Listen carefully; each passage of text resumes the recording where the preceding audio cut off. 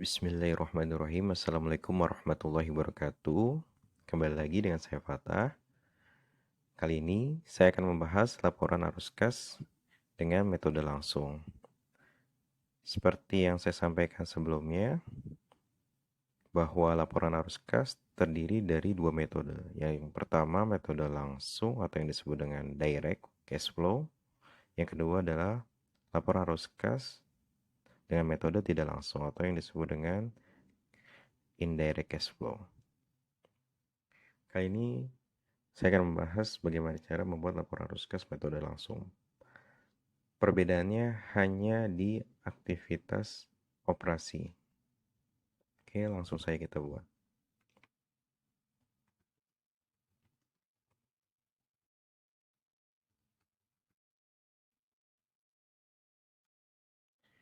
Di mana perbedaannya di sini adalah karena ini metode secara langsung, maka kita lebih menjelaskan bagaimana mengenai pengeluaran dan penerimaan yang diperoleh kas secara langsung. Berbeda dengan metode tidak langsung, bisa kita lihat bahwa di sini terdapat perbandingan kenaikan atau penurunan atas masing-masing akun di neraca dalam hal komparasi antara tahun berjalan dengan tahun sebelumnya. Arus kas dari aktivitas operasi ini terdiri dari terimaan kas dari pelanggan, penerimaan lainnya,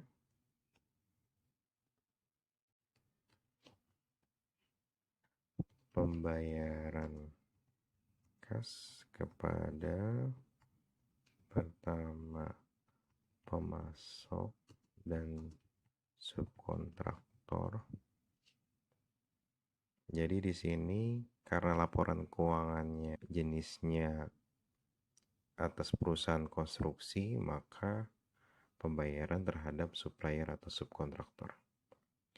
Berikutnya pembayaran terhadap direksi dan pegawai.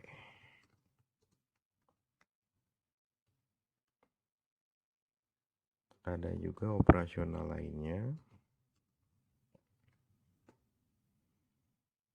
Berikutnya pembayaran bunga pinjaman dan pembayaran pajak bersih.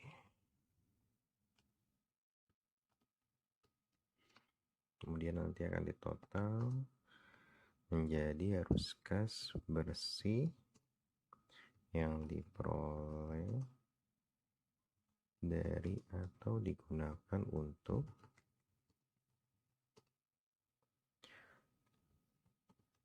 aktivitas operasi. Kemudian kedua adalah arus kas dari aktivitas investasi.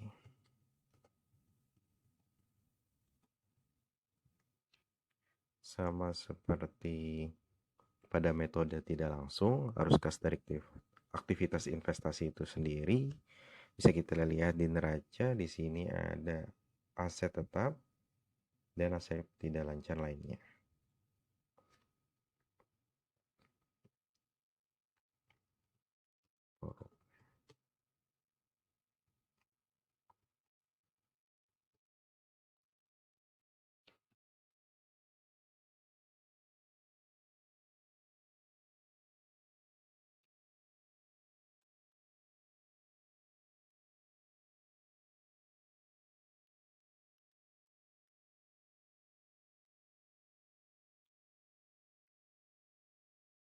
Berikutnya arus kas dari aktivitas pendanaan.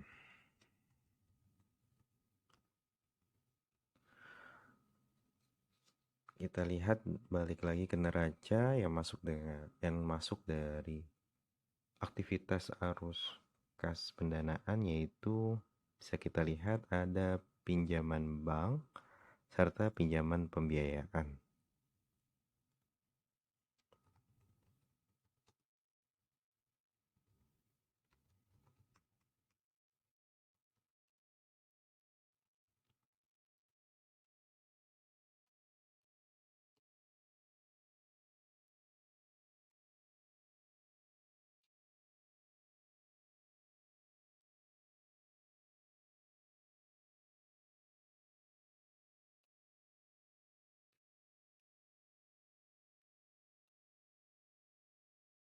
Oke, selanjutnya nanti kita total dari seluruh aktivitas menjadi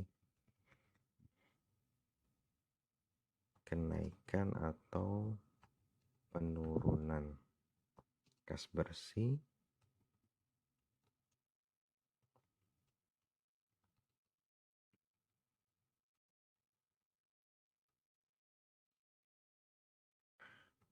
kemudian nanti akan ditambah dengan kas dan setara kas awal tahun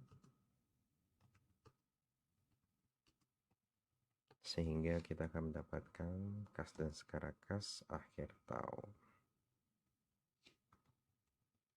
Oke.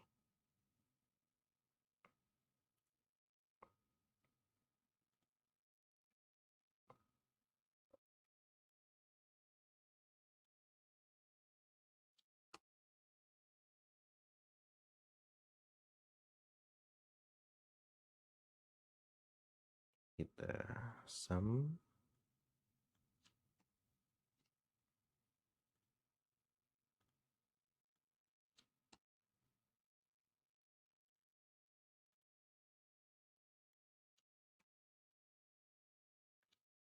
untuk kenaikan penurunan kita tambahkan saja arus kas dari aktivitas operasi ditambah arus kas aktivitas investasi dan aktivitas pendanaan. Lalu kita ambil kas awal tahun dari neraca tahun sebelumnya, kasnya ada 635 juta. Dan tinggal kita tambah kenaikan atau penurunan ditambah dengan kas saldo awal tahun. Dan itu merupakan kas akhir tahun. Selanjutnya tinggal kita masukkan. Di sini ada penerimaan kas dari pelanggan. Penerimaan kas dari pelanggan yaitu pendapatan atau sales ditambah penurunan piutang usaha,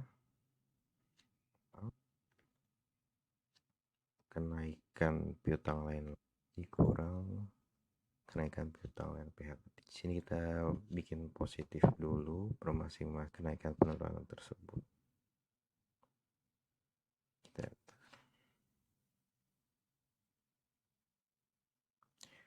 Berikutnya untuk penerimaan lain-lainnya dapat kita ambil dari pendapatan lain-lain.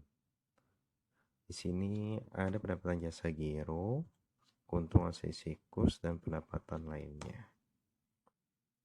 Jadi untuk pemasok dan subkontraktor ini kaitannya dengan HPP, persediaan, dan hutang usaha. Ya, rumusnya adalah karena ini pengeluaran maka kita bikin minus terlebih dahulu. HPP ditambah kenaikan, jangan lupa dibikin positif,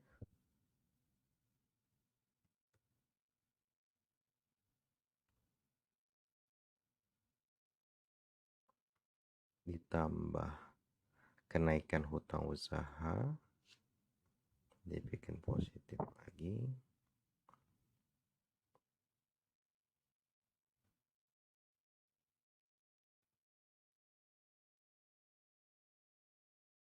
ditambah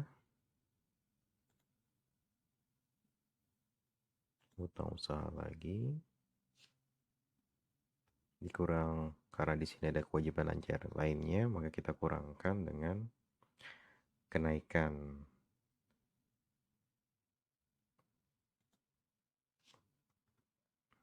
Jangan lupa kita positifkan lagi yang minus tadi.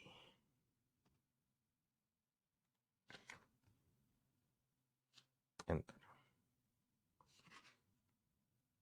Berikutnya adalah pengeluaran kas terhadap pengeluaran direksi dan pegawai atau biaya pegawai.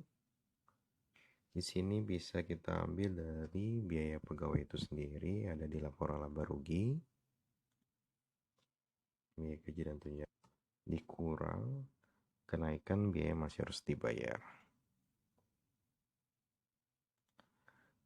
Jika di sini penurunan, tinggal dibalik saja menjadi penambahan penurunan.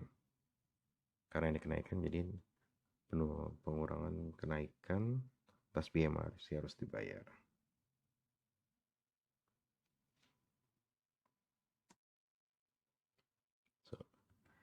Jangan lupa nih dibikin minus, karena kita akan mengurangi.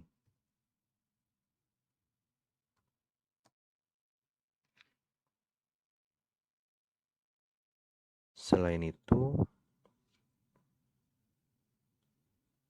di dalam laporan neraca terdapat pembayaran imbalan kerja karyawan sebesar 112.925.127, maka kita akan tambahkan biaya tersebut menjadi pengeluaran biaya pegawai.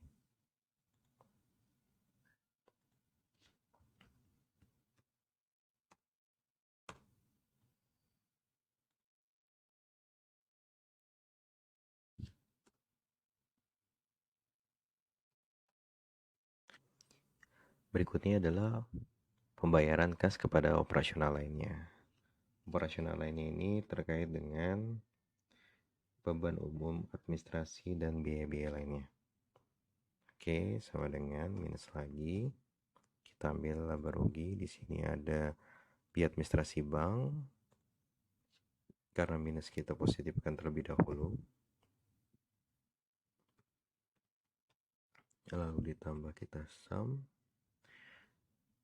Beban umum administrasi kecuali gaji dan penyusutan kita sum. Lalu ditambah di sini ada beban pemasaran dikurangin penurunan biaya dibayar muka. Jadi kalau kenaikan berarti ditambah, penurunan berarti dikurangkan.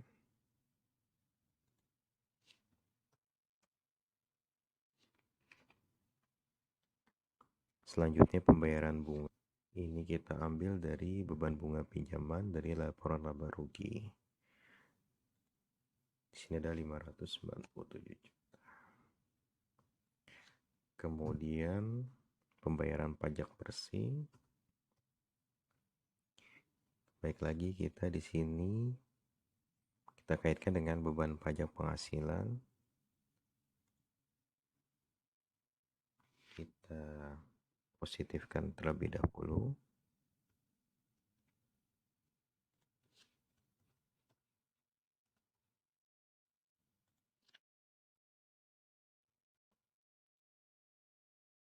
Lalu ditambah dengan kenaikan prepaid tax. Karena minus kita positifkan ke, lalu dikurang dengan kenaikan hutang pajak. Karena di sini positif,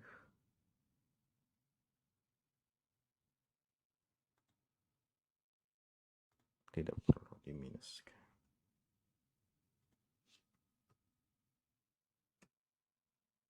Selanjutnya adalah arus kas dari aktivitas investasi.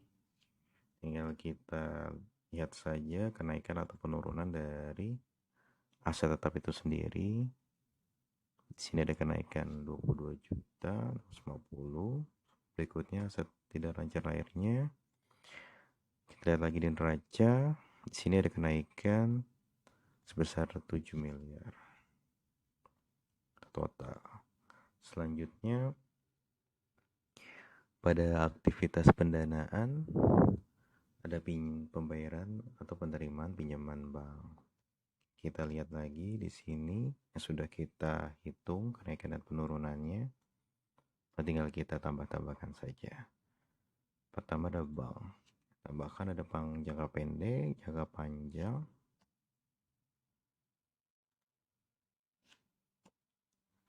Setelah itu ada pembiayaan.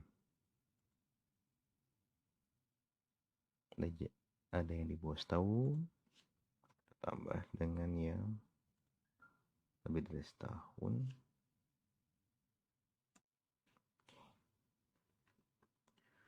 Setelah kita total semuanya dan ditambah kas awal tahun, tinggal kita sinkronkan dengan Kas 2019. Jika sama nilainya berarti sudah tidak ada selisih. Sisi 1 minor ya. Jadi demikian laporan arus kas dengan metode langsung. Yang perlu dicatat adalah bahwa untuk membuat laporan metode langsung maupun tidak langsung, kita membutuhkan perbandingan komparasi baik dari tahun berjalan dengan tahun sebelumnya maupun bulan berjalan atau bulan sebelumnya. Biar kita bisa menentukan adanya kenaikan atau penurunan per masing-masing akun di aktiva maupun pasiva. Demikian yang dapat saya sampaikan. Wassalamualaikum warahmatullahi wabarakatuh.